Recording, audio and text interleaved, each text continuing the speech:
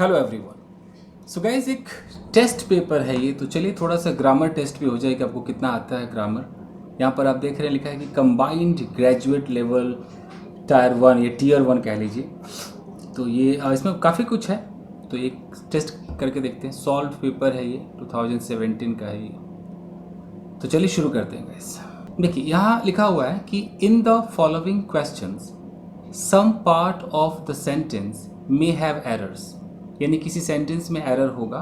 Find out which part of the sentence has an error, आपको ये देखना है किस में एरर है। And select the appropriate option, और जो सही ऑप्शन उसको चुनना है। If a sentence is free from error select no error, अगर कोई एरर नहीं है तो नो एरर सेलेक्ट करना है। तो आपका यहाँ पर ये 2 क्वेश्चंस दिए हुए हैं, ठीक है जी। देखते हैं, शुरू करते हैं। और ये पूरा का पूरा क्वेश्चन पेपर मैं अपने टेलीग्राम चैनल जिसका नाम है इंग्लिश विद चंदन, उस पर डाल दूंगा, तो वहाँ से आप खुद भी ले करके सॉल्व कर सकते हैं। चलिए, तो यहाँ पर लिखा है कि hardly had I reached the exhibition where I learned about the major robbery, यहाँ तक है, फिर है नो एरर। पहले में क्या है, ए में क्या है कि hardly had I reached the, B में क्या है एग्जीबिशन वेयर आई लर्नड, हो गया। सी में है अबाउट द मेजर रॉबरी। अब क्या होगा, कौन सा गलत है? क्या hardly had I reach the, ये ए वाला गलत है, ये एग्जीबिशन वेयर आई लर्नड, ये बी वाला गलत है, या अबाउट द मेजर रॉबरी ये गलत है, या नो एरर है? अभी आपको बताना है इस। देखिए हार्डली वाले में होता क्या, अगर मैं आपको थोड़ा समझाने की कोशिश करूं। देखिए जब हार्डली की बात करते हैं तो हार्डली के साथ इसका जो जोड़ीदार है वो वेन है।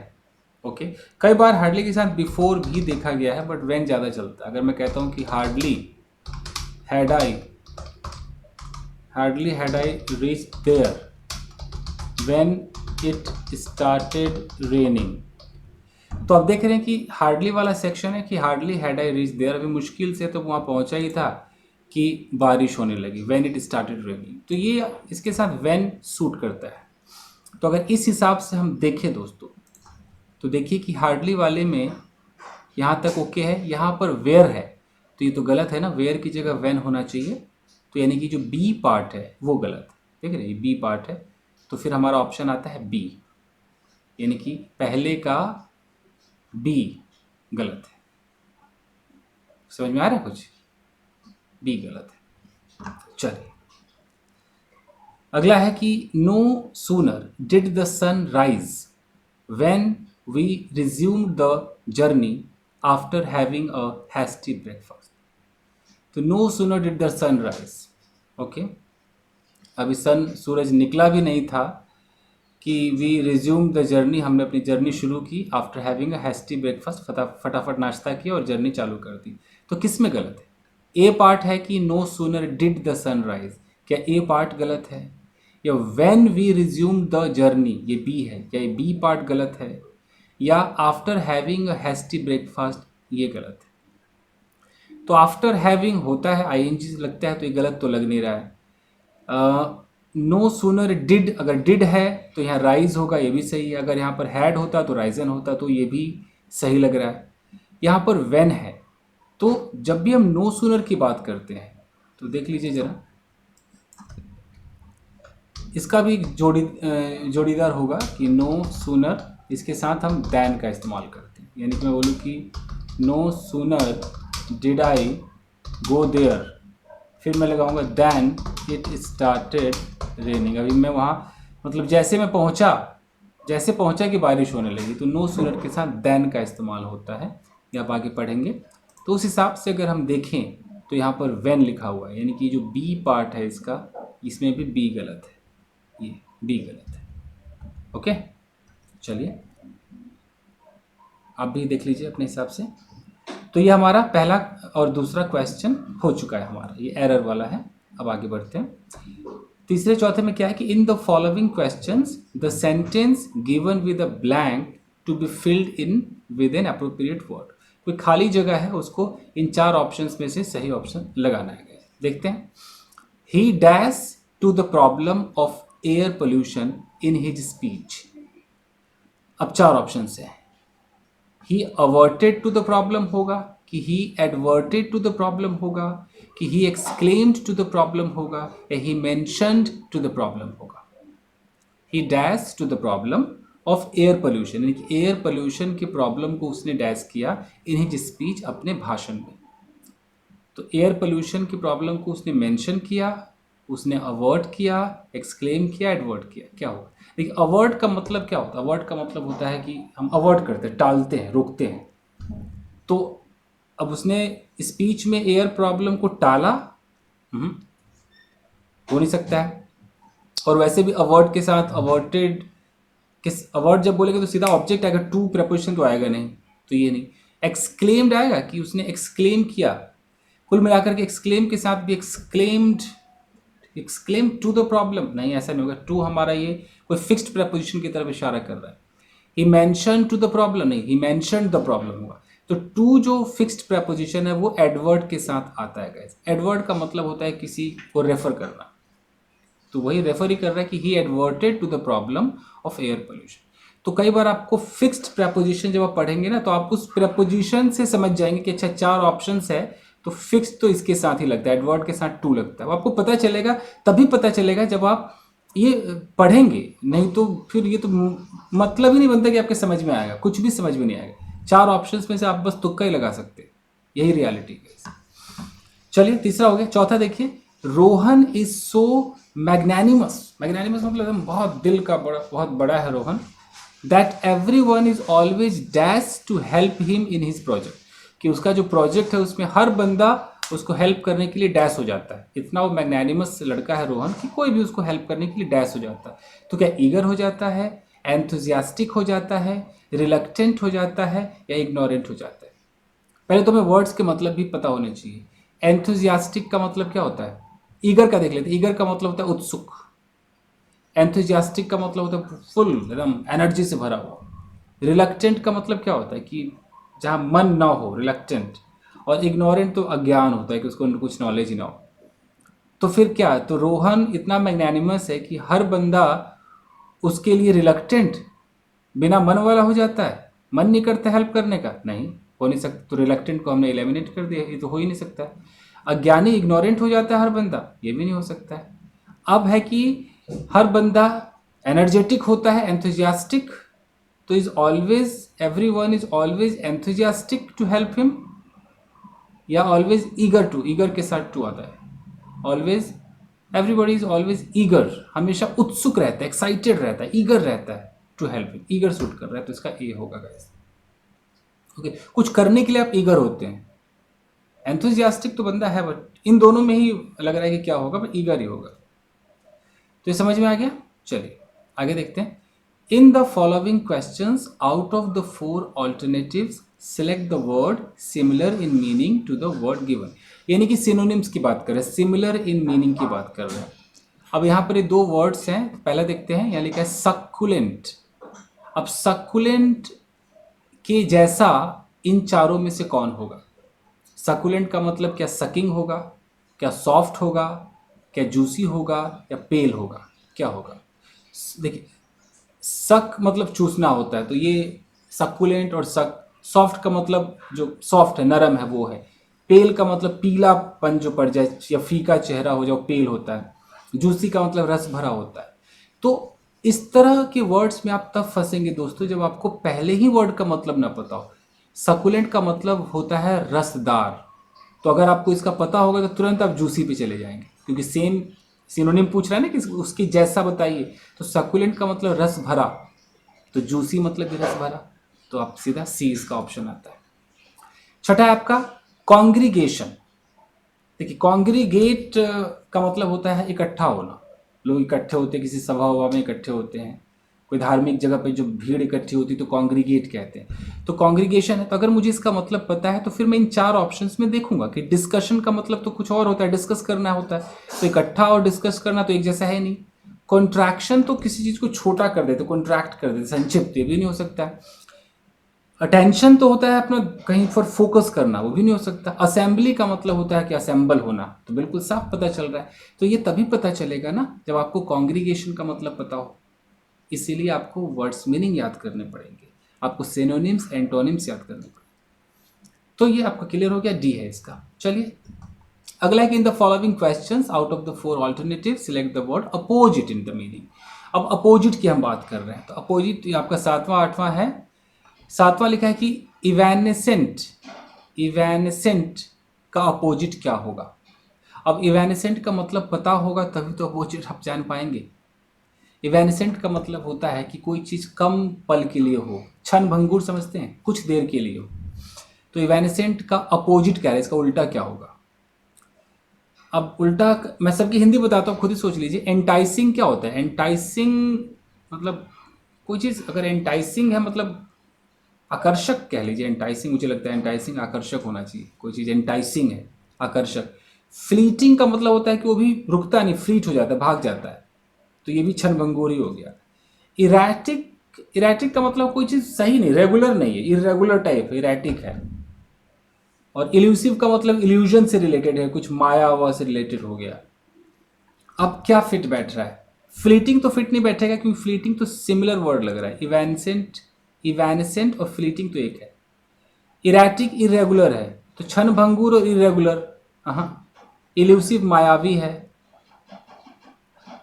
तो इंटाइसिंग है कि अपनी तरफ खींच के रखे, हो सकता है ए हो, क्योंकि इनकी हिंदी के हिसाब से तो फिर ए ही लग रहा है, तो 7वें का मुझे ए लग रहा है। आप भी ट्राई कीजिएगा, देख लीजिए। 8वां देखते हैं। 8वें में क्या लिखा हुआ है कि पैनेजिरिक, पैनेजिरिक, हाँ पैनेजिरिक, पैनेजिरिक का क्या होगा। तो पहले तो आपको पैनेजिरिक का मतलब पता होना चाहिए। पैनेजिरिक का मतलब है कि हम जब किसी के बारे में यू नो कुछ ज़्यादा ही गुणगान करते हैं तो पैनेजिरिक होता है। तो आप हिंदी करके देखते हैं इन चारों का। फैंटेसी आपको पता है, फैंटेसी का मतलब क्या होता है, ख्वाब से रिलेटेड होता है। नॉक्सियस वगैरह कोई चीज़ अगर बहुत ही हार्मफुल है, मतलब नेगेटिविटी है उसमें, हानिकारक है, तो नॉक्सियस है। अब हमें उल्टा कह रहा है, तो गुणगान करना यानी किसी की तारीफ गुणगान करना और कोई हानिकारक होना सूट नहीं कर रहा, ख्वाब सूट नहीं कर रहा। क्रिटिसिज्म का मतलब तो अब बिल्कुल क्लियर हो रहा हो, क्रिटिसिज्म का मतलब बुराई करना, तो गुणगान और बुराई। ग्रैंडोर का मतलब होता है कि बहुत ही ग्रैंड है, कोई चीज़ भव्य है, बहुत बड़ा है, शानदार है, तो मुझे लग रहा है क्रिटिसिज्म ही होगा। पैनेजिरिक का क्रिटिसिज्म होगा, तो बी इसका हो गया। आगे देखते हैं। यह लिखा है कि in the following questions out of the 4 alternatives select the alternative which best expresses the meaning of the idiom phrases. ये ईडियम फ्रेज तो 2 ईडियम्स है, यानी कि आप देख रहे हैं इस टेस्ट पेपर में आपको कॉमन एरर से 2 सवाल मिले हैं, आपको सिनोनिम से 2 मिल गए, एंटोनिम से 2 मिल गए, ईडियम से भी 2 मिल रहे हैं। तो यहाँ पर लिखा है कि to put a spoke in one's wheel, किसी के व्हील में, to put a spoke in one's wheel, wheel में स्पोक डाल देना। क्या हो सकता है कि to be advantageous at the time of difficulty, यानी कि डिफिकल्टी के समय में फायदेमंद होना। To maintain under all circumstances, हर मुसीबत में, हर परिस्थिति में मेंटेन करना। To blame the other party, दूसरे पार्टी को ब्लेम करना। या to put a difficulty in the way of progress, progress में डिफिकल्टी डाल देना। फिर से पढ़िए, to put a spoke in one's wheel, अगर हम ऐसे ही तोड़ के देखें कि किसी के व्हील में हम डालते हैं, कोई बंदा वाकई कुछ मोशन में हो और हम डाल देंगे तो उसमें डिफिकल्टी तो पैदा करेंगे, तो मुझे तो लग रहा है कि डी होगा, कि to put a difficulty in the way of progress. चलो, तो ये हो गया आपका डी। 10वां देखते हैं। लिखा है कि एट लॉगर्स हेड, ये तो बहुत छोटा सा, लॉगर्स हेड तो आपको पता ही होगा। लॉगर्स हेड का मतलब ही होता है कि आपस में मिल, मतलब दुश्मनी सा होना। तो यहाँ टू सफ़र नहीं हो सकता है, to conflict with someone, conflict मतलब झगड़ा होना। टू फेस टफ कंपटीशन ये भी नहीं है, to be in do or die situation ये भी नहीं, to conflict with someone. At loggerheads तो कई बार आपने सुना होगा, एट लॉगर्स हेड। 10वां भी हो गया आपका। 11वें में क्या कह रहा है कि improve the bracketed part of the sentence, improvement है गाइस, सेंटेंस इंप्रूवमेंट में इसमें दिया हुआ है। इसमें लिखा है कि she is the best and wisest girl in the class. अब ये जो ब्रैकेट के अंदर जो है ना कि द बेस्ट एंड वाइजेस्ट, ये गलत है, इसको हमें इम्प्रूव करना है। तो क्या होगा कि बेस्ट एंड वाइजेस्ट होगा, कि यहाँ से द हटा ले, या the best and the wisest होगा, या नो इम्प्रूव, या a best and a wisest होगा, या नो इम्प्रूवमेंट होगा। अब ये एडजेक्टिव्स आपका क्वेश्चन है। देखिए यहाँ पर देखिए कि जो सुपरलेटिव डिग्री होता है, जैसे यहाँ पर बेस्ट है, इससे पहले द आया, तो वाइजेस्ट भी तो सुपरलेटिव डिग्री है, तो इससे पहले भी द आना चाहिए। तो हम कहाँ जाएंगे कि the best and the wisest, हम सी पर जाएंगे। ठीक है जी। तो ये हो गया आपका 11वां। अब आते हैं इधर 12वां देख लेते हैं। लिखा है कि the people of Japan are wiser than America, यानी कि जापान के जो लोग हैं वो अमेरिका से वाइजर है। तो ये वाइजर देन अमेरिका जो है ये गलत है, इसको इम्प्रूव करना है। तो wiser than that of America होगा, wiser than those of America होगा, या wiser to that of America होगा, या कोई इंप्रूवमेंट नहीं है, जो है वो सही है। क्या होगा सोचिए आप। द पीपल ऑफ जापान, ये मैं आपको थोड़ा समझा दे सकता हूँ guys.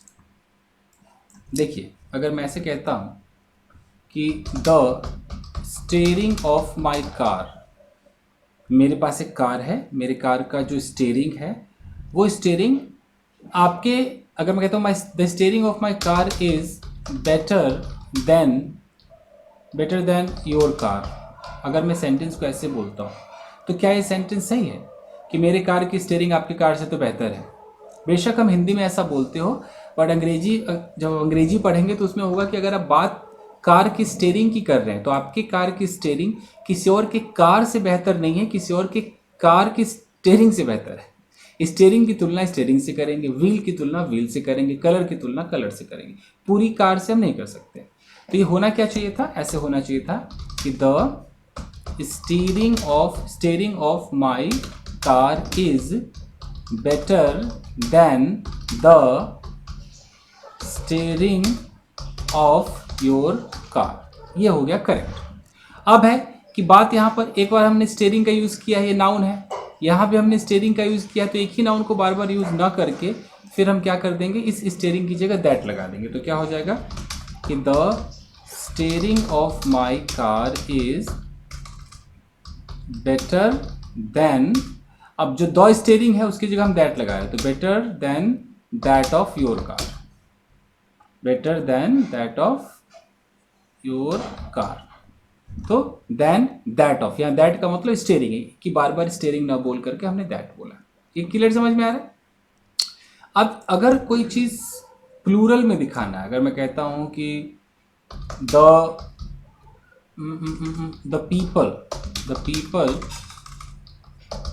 People of Noida are better than the people of Delhi, ये सेंटेंस एकदम करेक्ट है। लेकिन मैं ये जो बार बार पीपल है, पीपल को यूज़ बार बार ना करके मैं कैसे बोलूँ कि the people of Noida are better than, अब द पीपल है तो अगर कोई सिंगुलर है तो हम उसकी जगह दैट लगा देते, तो प्लूरल है तो हम दोज लगा देंगे, देन दोज ऑफ दिल्ली। तो हमने यहाँ पर दैट ना लगा करके दोज लगाया, क्योंकि पीपल एक प्लूरल वर्ड है, तो प्लूरल को रिप्लेस करने के लिए हमें दोज लगाना पड़ेगा। उसी तरीके से आप यहाँ पर देखिए कि द पीपल ऑफ जापान, तो पीपल हमारा प्लूरल है, तो यहाँ पर क्या होगा कि visor than those of America, तो दोज का इस्तेमाल होगा, दोज ऑफ अमेरिका, तो ये बी सही है। बाकी आप देख लीजिएगा। अब देखते हैं कि in the following questions out of the 4 alternative select the alternative which is the best substitute of the phrase. एक फ्रेज है और उसमें इनमें से क्या वर्ड होगा। यहाँ पर लिखा है कि one skilled in telling stories, कोई अगर कहानी सुनाने में परफेक्ट बंदा हो, इसमें तो स्किल्ड हो, तो उसके लिए एक वर्ड क्या होगा, वन वर्ड सब्सटीट्यूशन। एक वर्ड में बताइए, तो वन वर्ड सब्सटीट्यूशन भी आपको आना चाहिए। दो क्वेश्चन इससे भी आए हुए, टायर 1 है। तो देखिए वेंट्रल, पहले तो इन चारों का मतलब पता होना चाहिए। वेंट्रल कोई अगर पेट से संबंधी कोई हो तो वेंट्रल कहलाता है, तो ये तो पेट वाली बात है नहीं, स्टोरी टेलिंग है। फैनेटिक क्या होता है, फैनेटिक बिल्कुल जो कट्टर उग्र होता है फैनेटिक होता है, तो उग्र भी नहीं है। टायरो का मतलब कोई बिल्कुल नया नौसिखिया और टायरो होता है, तो ये तीनों नहीं है, तो वो यही होगा। फिर जब हमने 3 को मैच करा और तीनों मैच नहीं कर रहा है, तो ऑफकोर्स जो चौथा बचा वही होगा, कॉमन सेंस लगा लेना है। तो ये आपका रैकोंटियर होगा, रैकोंटियर, बड़ा मुश्किल इसको प्रोनाउंस करना, यानी कि जो स्टोरी टेलिंग में एक्सपर्ट होता है उसे रैकोंटियर कहते हैं। हो गया, आपको मिल गया आंसर। अगला फियर ऑफ फायर, यानी कि आग से अगर किसी को डर हो तो कौन सा फोबिया कहलाता है, आर्सोन फोबिया या एस्ट्राफोबिया या एस्ट्रोफोबिया या अरहनफोबिया, कौन सा फोबिया कहलाता है? इतने सारे फोबिया है। ओके, अगर एस्ट्राफोबिया और एस्ट्रो तो मुझे लग रहा है शायद तारे वारे से रिलेटेड, एस्ट्रोफोबिया। जैसे किसी को स्टार से डर लगे, वो आई थिंक एस्ट्रोफोबिया है। एस्ट्राफोबिया, अगर कोई बिजली कड़कने से डर लगे तो एस्ट्राफोबिया, क्योंकि दोनों एक जैसे नाम है ना, तो समझ में नहीं आता कि कौन सा तारा वाला है कौन सा बिजली वाला है। बस जहाँ तक मुझे लग रहा है एस्ट्राफोबिया, वो जो कड़क बिजली कड़कती वो होगा। एस्ट्रो हो गया आपका स्टार वाला, तारा। अरहन फोबिया जो है, अरहन अरहन यानी कि मैन, इंसान, आदमी, आदमियों से किसी को डर लगे, तो ये तीनों नहीं है तो ऑफकोर्स आर्सन फोबिया। आर्सन मतलब वैसे भी आग होता है, तो आर्सन फोबिया ही है। तो फियर ऑफ फायर का मतलब है कि आर्सन फोबिया। ये भी आपको मिल गया। चलिए, यह लिखा है कि in the following questions 4 words are given out of which 1 word is incorrectly spelled. Spelling वाला है, स्पेलिंग देखिए यहाँ पर 4 वर्ड्स है, देख लीजिए स्पेलिंग किसका। ये है ना, हाइजीन, फैसिस्ट, करियर, अपैरल। कौन सा सही है?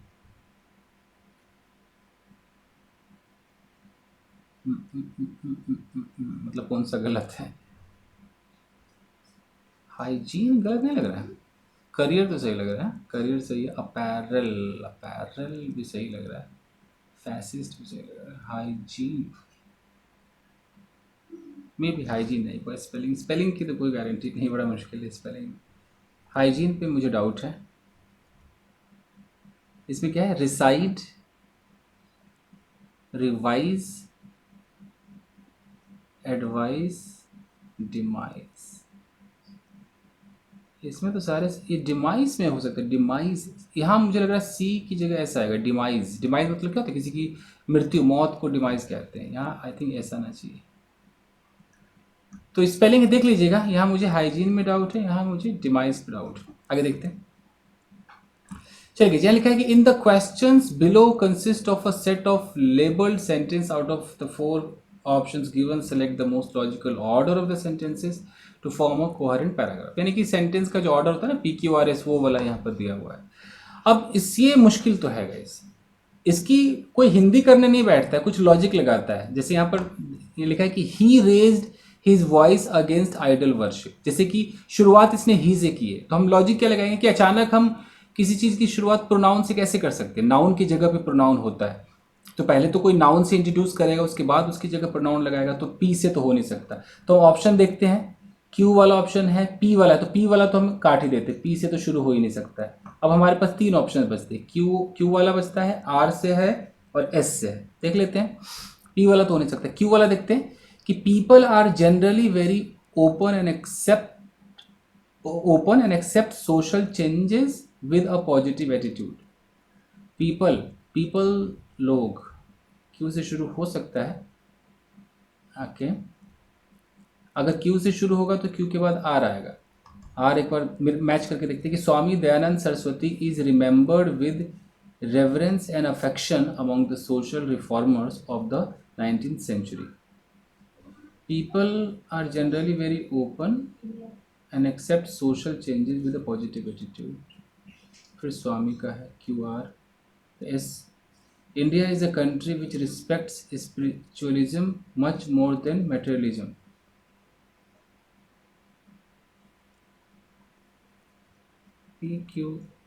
Q R S. अगर मैं क्यू आर एस मान भी लेता हूँ, मान लीजिए कि क्यू से हमने शुरू किया, पीपल से, फिर आर स्वामी वाला, एस इंडिया वाला रखा, तो उसके बाद यहाँ पी है, तो पी में ही है, तो अगर एस में इंडिया है तो इंडिया को तो ही बोल नहीं सकते, तो ये कॉम्बिनेशन भी गलत लग रहा है। आखिर ही आया है, तो मुझे लग रहा है जो स्वामी दयानंद सरस्वती है इसको हम ही कह सकते हैं ना, तो स्वामी आर में है तो आर लास्ट में आना चाहिए। ऐसा हो सकता है? आर लास्ट में है नहीं कहीं, यानी कि फिर ये कॉम्बिनेशन सही नहीं है। तो पी वाला हो नहीं सकता, क्यू वाला भी कॉम्बिनेशन सही नहीं है। अब हमारे पास बचा आर वाला और एस वाला। अगर मैं आर से शुरू करूँ कि स्वामी दयानंद सरस्वती, तो आर के बाद कह रहा है एस, तो स्वामी के बाद इंडिया कैसे आ सकता है? Swami Dayanand Saraswati is remembered with reverence, अगर मैं करता हूँ, और इसके बाद अगर मैं आर के बाद एस लेता हूँ, इंडिया, और एस के बाद फिर पी है, तो फिर इंडिया के बाद ही नहीं आ सकते, इंडिया को ही नहीं कह सकते, तो ये भी गलत है। तो जब सारे गलत है तो ये बचा एस क्यू आर पी। तो यानी कि हम इंडिया से शुरू करते हैं कि इंडिया इज अ कंट्री, ठीक है, which respects spiritualism much more than materialism. Spiritualism को ज़्यादा रिस्पेक्ट मिलती है। तो इंडिया से अगर शुरू करते हैं एस के बाद फिर क्यू पे जाते हैं कि पीपल। तो ठीक है, इंडिया के अंदर लोग हैं तो लोग की बात हो रही है, पीपल, ठीक है। क्यू पे जाते हैं, क्यू के बाद हम आर पे आना है, लोग हैं उनमें से फिर स्वामी है, और स्वामी के बाद आर के बाद पी आना है। तो देखिए पी मतलब ही, हाँ तो सही है ना कि स्वामी को हम फिर ही करके बोलेंगे तो ये सूट कर रहा है एस क्यू आर पे। ऐसे दिमाग लगाना पड़ता है, इससे भी फास्ट आपको लगाना पड़ेगा। तो आपका ये डी हो गया। 18वां देखते हैं। 18 यहाँ पर है कि for that we need people who possesses not only high skills but high values as well. अब देखिए यहाँ पर पी में दिखा है कि फॉर दैट, तो फॉर दैट हम कैसे शुरुआत करेंगे कि यहाँ लिखा है कि फॉर दैट यानी कि उसके लिए वी नीड पीपल। तो उसके लिए दैट मतलब क्या, दैट तो किसी को रिप्लेस कर रहा होगा ना, तो फिर हम पी से शुरू नहीं कर सकते। पहले तो कोई इंट्रोडक्शन के लिए नाउन चाहिए, तो ये कॉमन सेंस। पी से नहीं कर सकते। तो यहाँ कोई पी वाला है, पी वाला है, तो पी वाला ये है, तो हम इसको इलेमिनेट करते, काट देते। पी वाला तो नहीं है। अब हमारे पास एस वाला है, आर वाला है, और एक और आर वाला है। देख लेते हैं एस वाले में क्या है भाई। एस वाले में कह रहा है कि आवर एम, हमारा जो एम है is to evolve not only in affluent society but in egalitarian just human and compassionate society. तो अगर हम एस से शुरू, आर से ना, सॉरी एस वाला है, तो अगर एस से मैं शुरू करूँ आवर, तो एस के बाद कहता है पी। तो आवर एम ये है, for that we need people who possesses. तो आर, एस के बाद अगर पी कर दे, पी के बाद फिर are. When we talk of investing in education, a question arises as to what kind of education needs to be given to the youngster. नहीं, suit ही नहीं कर रहा है। तो क्यों, सो the need of the hour is not only, देखिए when we talk of investing education, जब हम एजुकेशन को इन्वेस्ट करने के बारे में सोचते हैं, क्वेश्चन अराइजेस, क्वेश्चन शुरू होता है कि as to what kind of education, किस तरह का जो एजुकेशन है, नीड्स टू बी गिवन, देने की ज़रूरत है टू द यंगस्टर। अगर मैं आर को मानूँ, आर है कहीं पर, आर है, ठीक है, आर के बाद एक जगह क्यू है और आर के बाद एक जगह एस है। तो आर के बाद क्यू है कि so the need of the hour is not only skilled, और एक आर के बाद एस है, फॉर, एक minute, to be given to youngster, और फॉर दैट उसके लिए, हाँ तो ये देखिए आर के बाद पी सूट कर रहा है। तो आर के बाद, सॉरी आर के बाद व्हेन वी टॉक,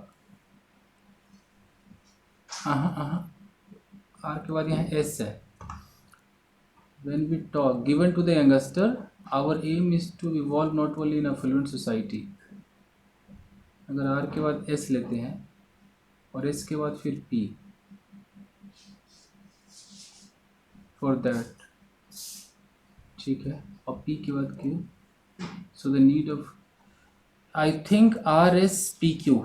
आप जरा एक बार पढ़ लीजिएगा, मुझे लग रहा है आर एस पी क्यू पे जा रहा है मेरा दिमाग, यानी कि आर से, वेन से शुरू हुआ बंदा, आर से शुरू करता है, फिर एस पे गया, फिर पी पे गया और फिर क्यू पे, क्योंकि आर एस के बाद पी सूट कर रहा है, यहाँ के बाद ये पी सूट कर रहा है। देख लीजिएगा आप एक बार, कितना मुश्किल है। चलिए यहाँ पर है कि इन द फॉलोइंग क्वेश्चंस, नीचे जो क्वेश्चंस है, a sentence has been given in active, अच्छा एक्टिव पैसिव है तो बहुत इजी होगा। यहाँ लिखा है कि प्लीज गाइड मी। अगर कोई इस तरह से प्लीज बोलता है एक्टिव पैसिव में, तो आपको मैं थोड़ा समझा देता हूँ। अगर कोई कहता है कि प्लीज ओपन द डोर, तो जहाँ प्लीज आ जाए वहाँ पर आपको बोलना है कि you are requested to open, है तो open the, requested to open the door. तो ये तो आप समझ ही जाएंगे। फिर साफ लिखा, you are requested to guide me, please guide me, you are requested to guide me, पहला ही सही है। यू हैव बीन रिक्वेस्टेड हो ही नहीं सकता है, यू वर रिक्वेस्टेड मतलब ही नहीं बनता, यू आर बीइंग हो ही नहीं सकता है। तो प्लीज गाइड मी तो इम्पेरेटिव वाला है, ऑर्डर वाला है, तो ये तो रिक्वेस्ट वाला है, प्लीज लग गया तो रिक्वेस्ट है, तो यही तरीका, यू आर रिक्वेस्टेड। चलिए 20वां कह रहा है कि in the following questions a sentence has been given, अच्छा डायरेक्ट इनडायरेक्ट है ये। The teacher said, direct indirect है, टीचर सेड, टीचर ने कहा, the earth revolves around the sun, जो पृथ्वी है वो सूरज के चारों तरफ घूमता है। तो क्या होगा कि the teacher said that the earth is being, मतलब ही नहीं बनता है। जैसे इधर वाला जो होता है ये आपका रिपोर्टिंग वर्ब है, ये आपका रिपोर्टेड स्पीच है। तो अगर रिपोर्टिंग वर्ब पास्ट में जैसे सेड है तो रिपोर्टेड स्पीच के टेंसेस बदलते, यही रूल है। लेकिन अगर वो मतलब साइंटिफिक बातें हो, कोई सच्चाई हो, ट्रुथ हो, कोई कहावत हो, वो नहीं बदल सकता है। तो पृथ्वी जो है वो सूरज के चारों तरफ चक्कर लगाती है, तो सत्य है, तो ये बदलेगा नहीं, वैसा का वैसा रहेगा। तो ये ए में तो ऐसा का वैसा है नहीं। और देखते हैं, the teacher said that the earth revolves around the sun, that लगा है द अर्थ, हाँ ये करेक्ट बोल रहा है, तो बी ही होगा। बाकी देख लीजिए कि इसमें चेंज नहीं है, बाकी अर्थ रिवॉल्व कर नहीं सकते, अर्थ हैड बीन रिवॉल्विंग कर नहीं सकते, तो बी आपका करेक्ट। चलिए अब आप आते हैं क्लोज टेस्ट पे। यहाँ के ऑप्शंस दिए हुए हैं, इनमें से भरना है आपको। चलिए यहाँ पे लिखा है, फटाफट करते हैं गाइस, कितना टाइम भी ज़्यादा हो रहा है। The dash of energy in India are met from both commercial and non commercial sources. Dash of energy, तो 21 नंबर में 4 ऑप्शंस है, requirements of energy, sources of energy, availability of energy या लेसन ऑफ एनर्जी। तो dash of energy in India are met, यानी कि energy का जो dash है इंडिया में, आर मेट फ्रॉम, वो मिलते हैं फ्रॉम बोथ कमर्शियल, कमर्शियल से भी मिलता है वो energy, and non commercial sources से मिलता है। तो यहाँ जब सोर्सेज ऑलरेडी है तो हम सोर्सेज नहीं लगा सकते, अवेलेबिलिटी ऑफ एनर्जी नहीं हो सकता है, लेसन ना, रिक्वायरमेंट जो आवश्यकता है, मेट मतलब पूर्ति होना, तो आवश्यकता की पूर्ति, तो 21 नंबर में आपका ए सूट कर रहा है, रिक्वायरमेंट। ठीक है, चलिए 22 में, the most dash sources of energy today are coal and natural gas, hydro electricity and nuclear power. The most dash 22 में लिखा है कि वाइटल, इनसिग्निफिकेंट, इंपॉर्टेंट, एक्सपेंसिव। देखिए द मोस्ट है तो द मोस्ट वाइटल तो नहीं हो, द मोस्ट इंपॉर्टेंट होता है, तो हो सकता है सी हो, द मोस्ट इंपॉर्टेंट। कई बार ना यहाँ भी लॉजिक चलता है, जैसे यहाँ पर सुपरलेटिव द मोस्ट लिखा हुआ है, तो मोस्ट इंपॉर्टेंट, तो हम मोस्ट से समझिए कि यहाँ इंपॉर्टेंट होना चाहिए, तो 22वें का आपका सी हो गया। अब 23वां क्या है, ऑन द अदर हैंड, दूसरी तरफ अगर देखिए, firewood, cow dung cakes and vegetable waste dash non commercial forms of energy. तो ये जो इतने सारे हैं डैश करते हैं, non commercial forms of energy करते हैं। तो डैश क्या करते हैं, कंस्टिट्यूट करते हैं, कंस्टिट्यूट्स,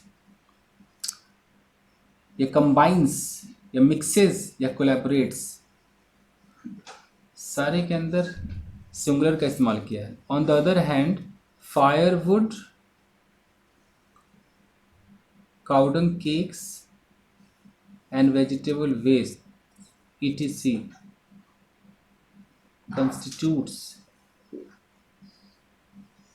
कंस्टिट्यूट का मतलब इकट्ठा करना। मुझे गाइस यहाँ थोड़ी कन्फ्यूजन है, कंस्टिट्यूट यहाँ एस क्यों है, कंस्टिट्यूट होना चाहिए, यहाँ तो बहुत सारा है, फायरवुड है, कॉमा काउडंग है, काउडंग केक से वेजिटेबल वेस्ट है, पता नहीं क्या कंस्टिट्यूट होना चाहिए, मुझे लग रहा है वो इकट्ठा संगठित करते हैं ना, कंस्टिट्यूट करते हैं। आगे देखते हैं, while non commercial forms of energy, जो नॉन कमर्शियल एनर्जी का जो फॉर्म है, डैश डिमांड, 24 नंबर में है, तो while non commercial forms of energy need demand, meet demand, shed demand या रेस्ट डिमांड। डिमांड की ज़रूरत है कि डिमांड की पूर्ति होती है, शेड छोड़ देते हैं कि रेस्ट करते हैं। While non commercial forms of energy dash demand,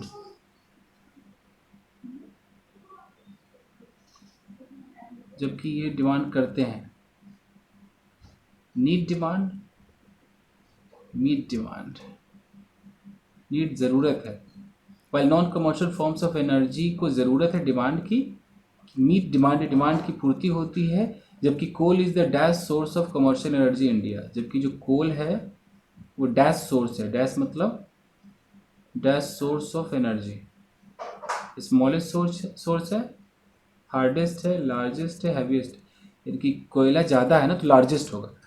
25 में तो लार्जेस्ट यानी कि सी सूट कर रहा है। 24 में थोड़ी सी प्रॉब्लम हो रही है, नीड होगा या मीट होगा। ये वाइल से लेके यहाँ तक अगर मैं देखूँ कि वाइल मतलब होता है जबकि, जबकि non commercial forms of energy जो है मीट डिमांड, जो डिमांड है उसकी पूर्ति, मीट मतलब पूर्ति, मीट ही लग रहा है गाइस, मीट होगा। माय गॉड कितना टफ है। एनीवेज गाइस, तो आई होप कि आपके समझ में आया होगा। तो बस आज के लिए इतना ही, मिलते हैं अगले वीडियो में। Till then take care, keep practicing and have fun. अगर आप चाहें तो इसी का स्क्रीनशॉट ले लीजिए गाइस, पहले इस पेज का स्क्रीनशॉट ले लीजिए। ओके, अब आप दूसरे पेज का ले लीजिए।